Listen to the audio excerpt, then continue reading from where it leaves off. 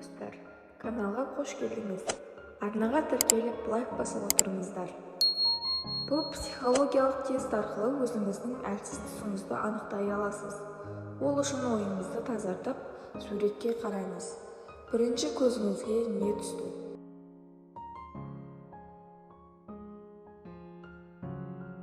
Ер адамның беті.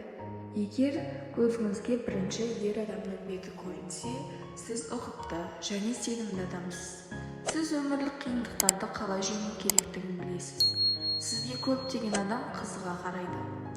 Алайда сізде эмоция көрсету, біреуге сенім жағынан проблема бар. Кейде тіпті өзіңізге ұнайтын адамның өзіне толық ашылмайсыз.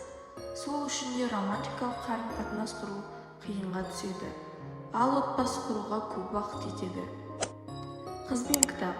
Егер кітап оқып отырған қызды көрген болсаңыз, онда сіз нағыз зияткерсіз. Сіз үнемі осы әлемді зерттеуге және бірдеңе тануға тырысасыз. Ойыңызға жаңа идея келсе, оған еніп кетесіз. Сол үшін де басқа нәрсенің бәрін елемей, хобби, жұмыс, достар және тіпті отбасы мүшелеріне мән бермей кетесіз. Қыз бен кесе. Көзіне кесе ұстап отырған қыз түскен адамдар көбіне жақсы тыңдарман болып келеді. Мұндай дос пен серікті тек армандауға болады. Жаныңыз бен жүрегіңіз ашық, сондықтан да адамдар сізге тартылады. Алайда шешім қабылдауға проблемаңыз бар. Басқаларға кеңес керек кезде сіз үнемі жағдайдан шығудың жақсы шешімін тауып бересіз. Алайда өзіңізге келгенде абдырап қаласыз. Құмырадағы гүл.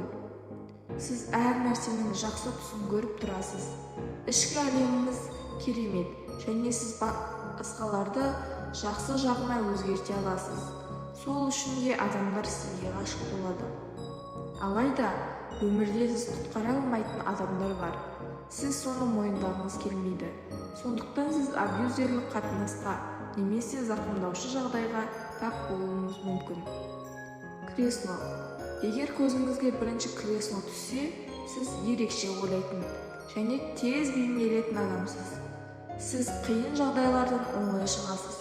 Сәтсіздіктеріңізді өсуге пайдаланасыз. Алайда зейінді бір нәрсеге ұзақ қоя алмайсыз. Тек жалығасыз. Бұл сізді шығынға ұшыратуы мүмкін. Ақпарат ұнаған болса, лайк басып, комментарий жаза кетіңіз.